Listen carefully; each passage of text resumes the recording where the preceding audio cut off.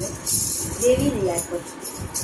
જય સંતોષી માં, જય સંતોષી માં, તમારે દ્વારે દુખિયા, તમારે દ્વારે દુખિયા, દુખિયાના દૂર કરજે માં. ઓમ જય સંતોષી માં, જય સંતોષી માં, જય સંતોષી માં,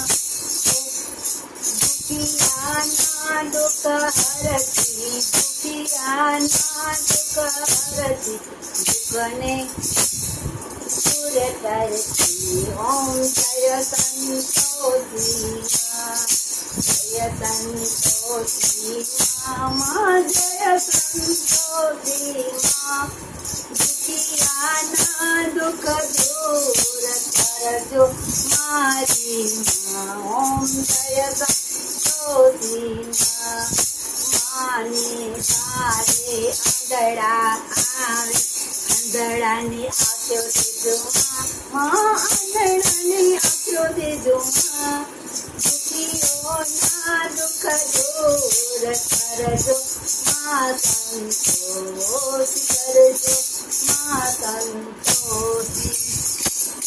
આપણે એવા છીએ ત્રીજાનો ત્રીજો અને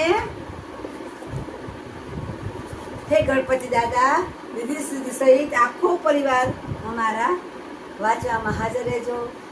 અમારી ભૂલચૂક થાય તો માફ કરજો. અને આપણા બાળકોને ત્રિકાળ સંધ્યા, સવારે ઉઠતા, બપોરે જમતા, સાંજે સૂતા, ત્રણેય ટાઈમ બાળકોને બોલાવજો. એથી કરીને આપણા બાળકો છે કોઈ દી અવળે રસ્તે ન જાય, સારા વિચાર આવે, સારા સંસ્કાર મળે. અને જો ઓલા ભૂલ કરેલા હશે ને કરો તો એને નહીં જવું હોય, આપણે ગમે એટલા એને વારશું તો પણ એ પોતે જવું હશે તો આપણા કર્મ એવા હશે ને તો આપણે ભોગવવું જ પડે. અત્યારે તો માયું એટલી બિચારી કંટાળી જઈશું, હું તો બધે જાઉં ને તો એમ કે એ બેન આના કરતાં તમને પેટે દીકરો ના દીધો હોત ને, પાણો જન્મ હોત ને તો સારું હતું. કચોડ્યું ઘર છૂટું 20-20 વર્ષના છોકરા થાય પછી માય કંટાળી જાય અને એમ કે મારે તો મરી જવું છે, એમ મને દવા સસ્તી પાઈને આપી દે તો હું વહી જાઉં એમ. એટલે આવું ના બને. તો આપણે પહેલેથી નાનપણથી જો બાળકને સારા વિચાર ને સારા સંસ્કાર આપ્યા હોય ને તો કોઈ દિવસ આવું ન બને. ને ભગવાન આપણે અવળે રસ્તેથી પાછા વાળે. આપણું બાળક જાતું હોય તો પણ આપણે પાછા વાળે. ત્રિકાળ સંધ્યા લઈશું એક કડી.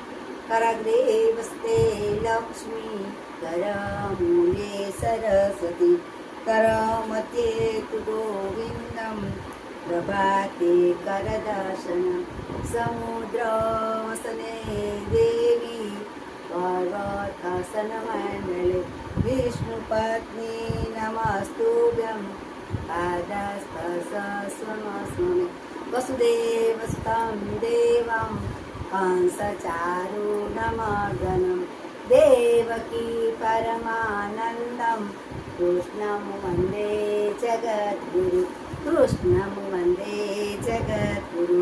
આપણે ત્રીજો ભાગ આવ્યા છીએ. બ્રહ્માજી કહેવા લાગ્યા, આમ મહાદેવ વચન સાંભળીને શરમનો માર્યો અતિ મૂઢ બની ગયેલો હું પણ ક્ષણવારમાં પરસેવો રેબઝેબ થઈ ગયો હતો. હું ક્ષણવારમાં પરસેવો રેબઝેબ થઈ ગયો હતો.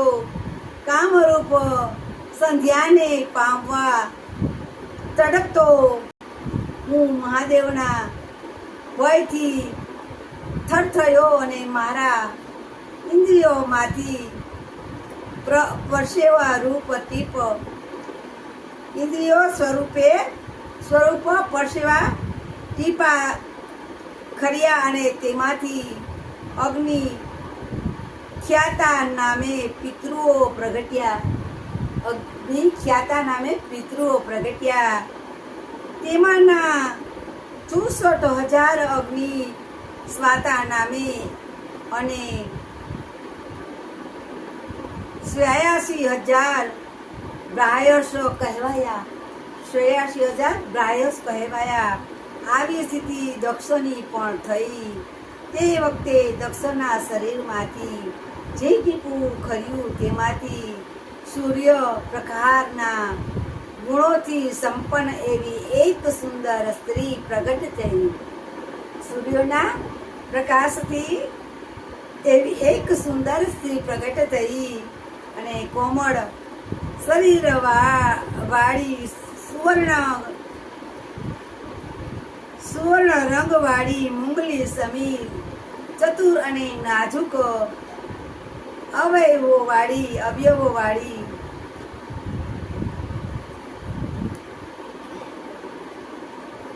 ચંદ્રડલના જેવી અતિ સુંદર અને સૌ કોઈને મોહ પમાડે તેવી સ્ત્રી નામે રતિ ઉત્પન્ન થતી અને તે પ્રખ્યાત થઈ મરીચી વગેરે છે. મુનિઓએ વિકારોથી ઇન્દ્રિયોના વશમાં કરી લીધી હતી, પરંતુ વિશિષ્ટ પુરુષત્વ તથા અગ્નિરથના વીર્યમાંથી અનુક્રમે સોમદા, અજયના, સુકાલીન અને અવિષ્ટમાન નામે 4 મુનિઓ ઉત્પન્ન થયા. તે જ બધા કાવ્યવાહ કહેવાયા. તે બ્રાહ્મણ શ્રેષ્ઠ આમ અગ્નિ સ્વરૂપ અગ્નિસ્વાતા વગેરે લોકોના પિતૃઓ થયા. અને 4 મુનિઓ કાવ્યવાહ પિતૃ પણ કરનારા થયા. અને એમ સંધ્યા પિતૃઓની માતા થઈ, જે ઉદ્દેશથી યુક્ત રહી અને તે શિવ દ્રષ્ટિથી પવિત્ર થઈ ધર્મ કાર્યમાં તત્પર રહેવા લાગી. અને ત્યાર પછી સદાશિવ બધા જ બ્રાહ્મણો પર કૃપા કરી વિધિ વચનોથી ધર્મનું રક્ષણ કરી અત્યંત થયા. બ્રહ્મા બોલ્યા, હું બ્રહ્મા શંકરના વચનોથી શર્મિંદો બનેલો અને હતો એટલો તાત્કાળ વિકરાળ બની અને કામદેવ પણ ક્રોધિત થઈ ગયો. કામદેવે પણ મહાદેવ અભય પામીને પોતાના પુષ્પ બ્રાહ્મણોને પાછા ખેંચી લીધા હતા. પરંતુ તે જીતેન્દ્રિય એવા જ મુનિઓ પિતૃસંગ અને પુત્રો સામે કામદેવને શાપ આપ્યો. ગર્વથી અમને મોહિત કરનારા તું શિવ સામે જઈને આવું અદ્ભુત કર્મ આચરી તેમના નેત્રના અગ્નિથી ભસ્મ જઈશ. આવો જ મારી શાપ સાંભળીને તે ક્ષણે જ બાણો છોડી દઈ ભયભીત થઈ રતિપતિ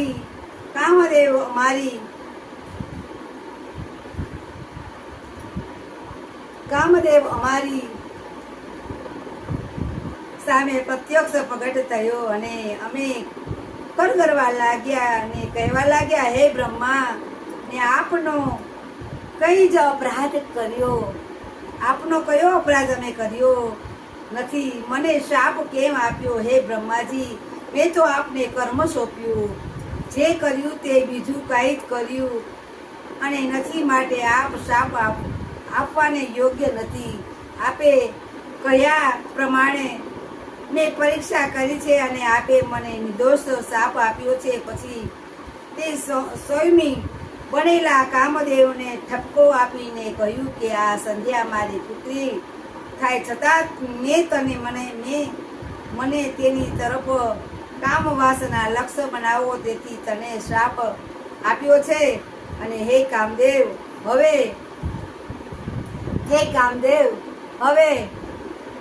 મારો રોષ શાંત થયો છે, માટે હું તને કહું છું કે સાંભળ. બ્રહ્માએ કામદેવને કહ્યું હતું કે હે કામદેવ, મહાદેવના નેત્રાગ્નિથી ભસ્મ થયા પછી પણ તું તેજ પ્રમાણે શરીર ધારણ કરીને તે સમયે શિવજીના લગ્ન કરી અને શિવાને પામશે. ત્યાં પછી શિવ તને શરીર ધારણ કરાવશે. તું શરીર પ્રાપ્ત કરીશ અને એમ શ્રાપ વિમોચન કરી હું માનસ પુત્રો અને મુનિવરો તથા કામદેવ અતિશય શપો અને પછી કામદેવ તથા મારા પુત્રો અને સર્વે ત્યાંથી સુખી થઈ પોતાના સ્થાને ગયા. જો શ્રાપ દીધા તો એને કેટલું ઓલું થઈ ગયું. એ મુનિવર મેં શું કર્યું, તમે મને શ્રાપ આપ્યા? મેં તો તમે જે કર્યું હતું એ પ્રમાણે જ મેં કર્યું, તો મને તમે શ્રાપ કેમ આપ્યા? તો એને બીક લાગી ગઈ. જો ત્યાં તમે કોઈનું ખરાબ કરો, કોઈની ઈર્ષા કરો, કોઈને તમે અત્યારે દીકરી પરણીને જાય છે, સાસરે એના પિયરિયામાં 20 વર્ષ અને નાનીથી મોટી કરે છે, સાસરે છે તેની મારે કેટલા કષ્ટી પડે છે, કેટલા દુઃખ પડે છે, સાસરેવાળા કેટલું દુઃખ આપે છે, તો પણ એમાંથી પસાર થાય છે. તો એને જો એના અંદરની હાઈ લાગી છે ને, તો આખું ઘર પાયમલ થઈ જાય.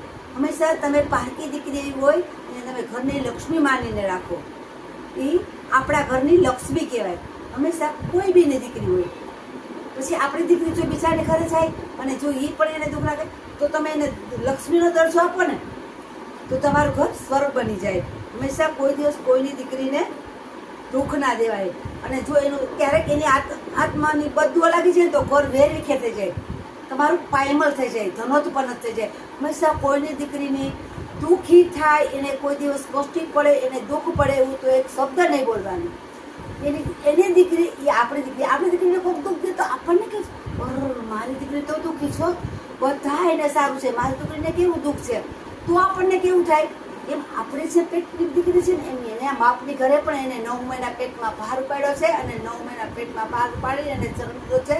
નાનેથી મોટી આંગળી પકડીને એને ભણાવી ગણાવીને મોટી કરીને એને તમે 20 વર્ષની કરી તમને અહીંયા મોકલી છે, તો તમારે એને જતન કરીને સાચવવાની હોય.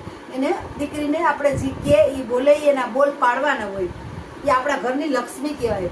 હંમેશા તમે જો એને દુઃખી કરો ને તો તમે દુઃખી. તો આપણે આવ્યા છીએ ચોથો ભાગ, ત્રીજો પૂરો થઈ ગયો છે, ત્રીજો પૂરો થઈ ગયો છે, અને ચોથો ભાગ આવ્યો છે રતિ અને કામનો વિવાહ સંબંધ. રતિ અને કામનો વિવાહ સંબંધ. લાઈક ના કરો તો કાંઈ નહીં, શેર ના કરો તો કાંઈ નહીં, તમારા ફેમિલીમાં ખાસ ને ખાસ વાંચો.